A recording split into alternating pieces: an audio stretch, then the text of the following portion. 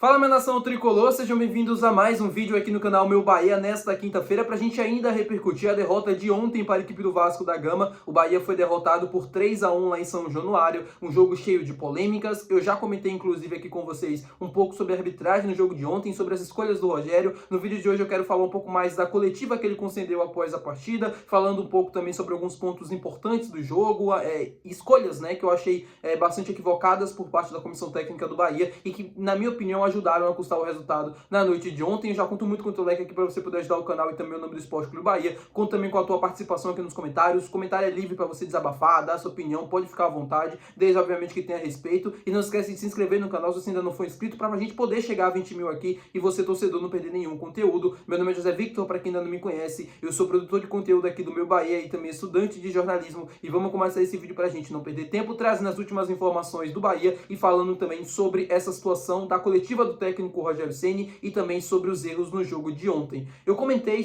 com vocês no vídeo, né, pós-jogo, sobre a arbitragem. Eu não quero me aprofundar nisso aqui, até para não parecer que eu estou transferindo a culpa, né, que é da comissão, dos jogadores, somente na arbitragem. Claro, a arbitragem no jogo de ontem ela foi ruim? Foi confusa? Foi. Mas não é, para mim, o que é o todo. Não é o todo, né, do Bahia não ter conseguido o resultado na noite de ontem. O João Vitor Gobi, né, que foi o árbitro ontem, ele foi bastante confuso em vários lances e não teve critério nenhum. Quando o Rogério vai para a coletiva e fala, olha, o árbitro não teve critério, só pesou para um time, isso eu concordo, né? Ele estava apitando meio que a favor da casa. Mas aí você vai me dizer, Vitor, mas teve o lance do Jean Lucas foi para expulsão, beleza? Um lance que tem gente que discorda, no meu caso eu acho que não foi pênalti, mas tem gente também que acha que foi pênalti, tá tudo bem, até porque o Jean Lucas faz um movimento que é imprudente, mesmo não acertando o jogador do Vasco, né? Eu falo acertando porque ele não tem um movimento de dar a agressão, né? Ele gira o corpo e, como o braço dele tá suspenso, obviamente acaba reslando ali na cara do jogador do Vasco, que não foi nem para aquilo tudo que ele fez ali, se rolou, mas enfim.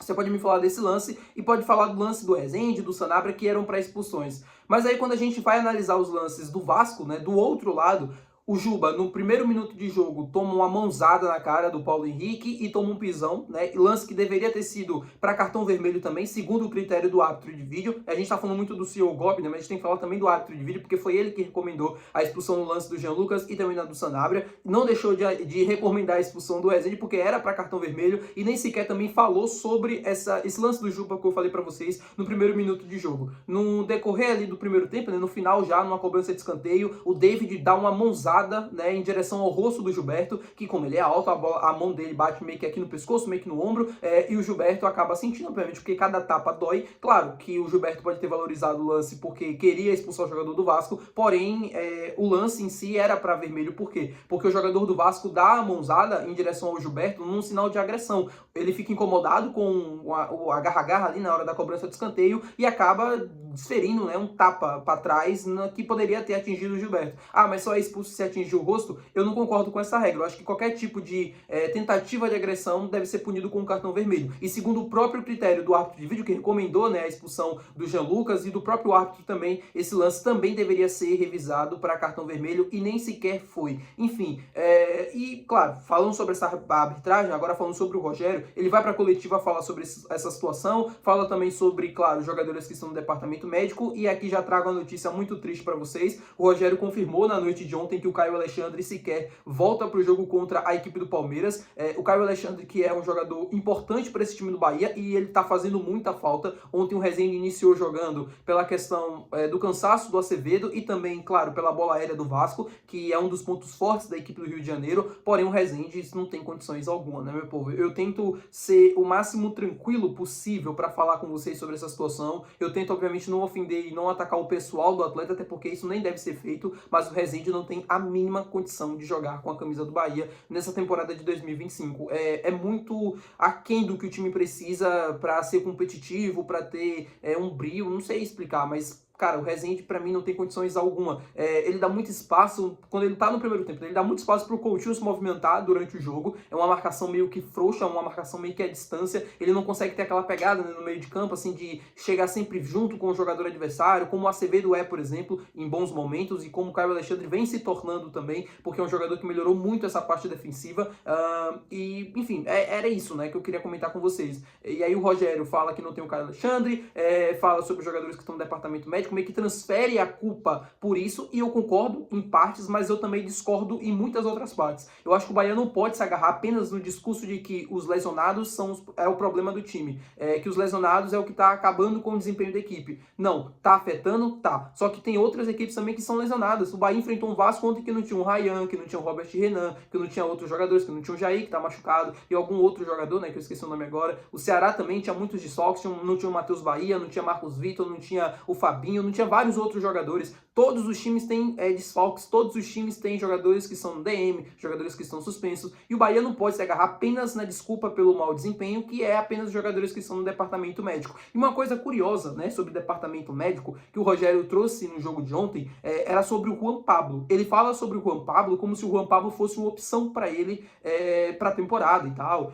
E de fato o Juan Pablo é uma opção, mas quando o Juan Pablo estava disponível, o Juan Pablo teve pouquíssimos minutos na temporada, fez apenas 3 jogos, se eu não me engano. Ele tem acho que 8 minutos na Série A, que ele entrou naquele jogo contra o Ceará, que o Bahia venceu por 1-0, com um gol ali no último lance do jogo. Ele entrou em um jogo da Copa do Nordeste, se eu não me engano foi contra o Náutico, não me recordo, mas foi um jogo assim de Copa do Nordeste que ele acabou entrando, e no jogo da Copa do Brasil contra a equipe do Paysandu. São 4 jogos, se eu não me engano, que ele tem nessa temporada. São pouquíssimas oportunidades concedidas pelo Rogério. Quando o Juan Pablo não está disponível, né, quando ele está realmente sofrendo com a falta de opções, aí o Juan Pablo passa a ser uma opção para ele, mas antes não era. É igual os meninos da base, né, quando ele sente a ausência dos jogadores do time de cima, então os meninos da base passam a ser a solução, passam a ser aqueles caras que precisam entrar e tal, aquele tipo de coisa, passa a ser uma opção para ele. Eu não concordo com essa fala do Rogério, até porque ela, na minha opinião, está sendo hipócrita, porque quando estava tudo bem, ele não poderia dar oportunidades. E aí, quando não tem ninguém e tal, aí quando ele sente a ausência também até do próprio Juan Pablo, que ele disse que é a primeira opção da base, aí ele vem lamentar a ausência do Juan Pablo na coletiva. Enfim, eu achei hipócrita nessa fala do Rogério, e de várias outras que ele deu na coletiva, falando só sobre arbitragem, falando sobre os jogadores que estão no departamento médico, falando sobre a não utilização, por exemplo, do Cauê Furquinha e a entrada do Iago Borducci, que eu até comentei no vídeo de ontem com vocês. Para mim, o Iago Borducci, ele não é nem um bom lateral, imagine um bom atacante. Nessa temporada de 2025, ele vem fazendo uma temporada muito abaixo, como lateral, jogando mesmo na posição de origem e jogando também como ponta, ele não consegue entregar absolutamente nada. E aí o Rogério vai para a coletiva e fala que é uma questão de que tem um jogador mais força pelo lado esquerdo do campo, justamente para fazer essa recomposição. Eu concordo. Eu acho que, assim, eu concordo em partes, tá? Eu acho que tem que ter, de fato, um jogador de força pelo lado do campo para conseguir acompanhar o lateral adversário, ainda mais que o Bahia estava com um homem a menos para conseguir equilibrar a marcação. Porém, assim, ele também não pode deixar de pensar que o time tá perdendo o jogo e precisa empatar. Então o Bahia não pode apenas colocar um lateral esquerdo improvisado como ponta e achar que vai ganhar o jogo daquela maneira. O Kaique tá treinando justamente para conseguir ser titular em algum momento. Então, porque se o Kaique não tem condições de jogar, né, nesse time do Bahia, seja como titular, ou seja num momento como esse, então para que o Kaique tá aqui? Para que o Cauê Furquim foi relacionado? Se ele não tem condições de entrar, se ele não tem a questão da físico, né, para poder acompanhar, marcar, se ele não tem qualidade ainda para estar ali jogando, cara, são escolhas que, na minha opinião, não são coerentes. Eu entendo, como eu falei com vocês, eu entendo algumas coisas e eu concordo também com algumas coisas sobre a arbitragem, nessa questão da arbitragem sem critério e confusa. Eu concordo sobre a questão da utilização de um jogador de força pelo lado do campo, só que, na minha opinião, o Rogério tem leituras de jogos, né, equivocadas, né, que, cara, como qualquer pessoa do futebol, tá sujeito a isso e em alguns momentos pode errar na leitura, da opinião, e tá tudo bem. Eu acho que ele tem, às vezes, leituras equivocadas no decorrer do jogo. Por exemplo, ele faz uma linha de 5 no segundo tempo, afundando o Rezende, dando meio de campo pro time do Vasco jogar. Isso foi um erro, né, uma leitura errada sobre aquela situação. A própria entrada do Iago no lugar do Sanabria, né, que tava jogando bem pelo lado esquerdo do campo, também pra mim é uma leitura errada. Ah, mas tem que ter um jogador de força e tal. Eu entendo isso. Só que a gente tava perdendo por 2-1. Tudo bem, depois foi o 3-1, né? Mas tudo bem que o Vasco tava ali em cima e tal. Tudo bem que a gente tava com um homem a menos. Tudo bem que a gente não podia tomar uma goleada como foi contra o Mirassol. Tudo bem, eu entendo tudo isso. Só que a gente não pode também deixar de pensar que nós estávamos perdendo e precisávamos de um jogador de escape pelo lado do campo. Precisávamos de um jogador que desse algum tipo de perigo pro time do Vasco. E aí a gente fica sem opções. Acabou entrando o Thiago, depois o Iago lá no ataque, no lado esquerdo o Michel Araújo começou jogando, mas também não é um ponta, então tem dificuldades. É um Bahia que nesse momento tem uma queda brusca de desempenho e que a gente fica obviamente preocupado e pensando em 2024. Eu não acho que vai acontecer a mesma coisa, mas eu estou preocupado. Preocupado porque o Rogério parece não conseguir gerir esse momento que tá difícil, essa crise, né? Porque o time não consegue corresponder em nenhum aspecto. O Bahia não fez uma boa partida contra Fluminense, contra o Mirassol, contra Fluminense, contra Cruzeiro, fez uma boa partida até 70 minutos, mais ou menos, mas foi incapaz de conseguir manter 1-0 no placar. Contra o Ceará, fez um primeiro tempo muito abaixo, o segundo tempo com momentos muito bons, mas num todo ruim o jogo, né? E agora contra o Vasco também, mais um jogo ruim.